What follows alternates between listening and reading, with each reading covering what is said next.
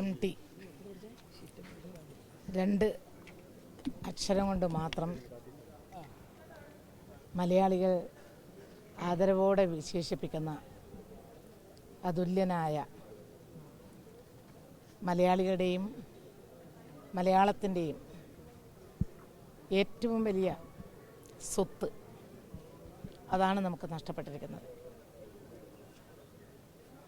MTക്ക് സമാനമായി മറ്റൊരു വ്യക്തിയെ നമുക്ക് കാണാൻ മലയാളത്തിൽ കഴിയില്ല, കേരളത്തിൽ കഴിയില്ല.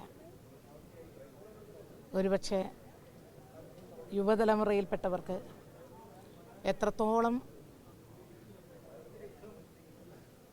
വലുതായിരുന്നു MTയുടെ സംഭാവന മലയാളത്തിന് എന്ന കാര്യം അറിയില്ലെങ്കിലും ഞങ്ങളെപ്പോലുള്ളവർക്ക് ഒരു കാലഘട്ടത്തിൽ MT എഴുതുന്ന ഓരോ ചെറുതും വലുതുമായിട്ടുള്ള കഥകളും പുസ്തകങ്ങളും വായിക്കുകയും തുടർന്ന് അത് സിനിമയിലൂടെ നമ്മുടെ മനസ്സിലേക്ക് സിരകളിലേക്കും അള്ളിപ്പിടിക്കുകയും ചെയ്തിട്ടുള്ള ഒട്ടേറെ സംഭവങ്ങൾ കഥകളിലൂടെ അവലോകനം ചെയ്യപ്പെട്ടിട്ടുണ്ട്.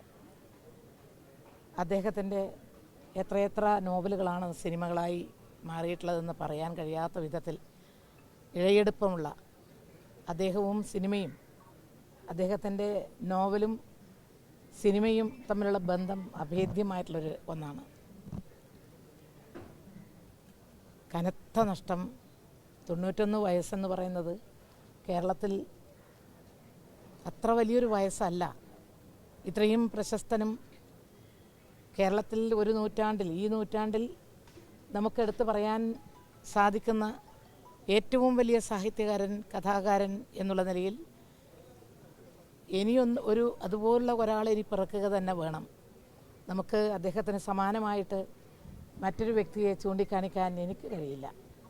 എൻ്റെ പരിമിതമായ വായനയുടെ അദ്ദേഹത്തിൻ്റെ ഒട്ടുമിക്ക നോവലുകളും ഒരു കാലഘട്ടത്തിൽ വായിക്കാൻ കഴിഞ്ഞിട്ടുള്ള ഒരാളെന്നുള്ള നിലയിൽ ഞാൻ വിചാരിക്കുന്നത് അതുപോലുള്ള ജീവിതത്തിൻ്റെ എല്ലാ ഭാവങ്ങളെയും ചിത്രീകരിക്കാൻ കഴിയുന്ന ഒരു പ്രദേശത്തിൻ്റെ, ഒരു നാടിൻ്റെ ആകെ കഥകൾ എഴുതാൻ കഴിയുന്ന ഇത്രയും വലിയൊരു സാഹിത്യകാരൻ ഇത്ര പെട്ടെന്ന് നമ്മളെ വിട്ടുപോയത് നമുക്കെല്ലാം വലിയ സങ്കടമായി.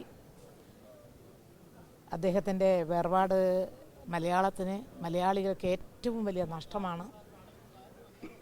അദ്ദേഹത്തിൻ്റെ വേർപാടിൽ അഗാധമായിട്ടുള്ള ദുഃഖവും, അതോടൊപ്പം അവരുടെ കുടുംബാംഗങ്ങളെ കണ്ടു.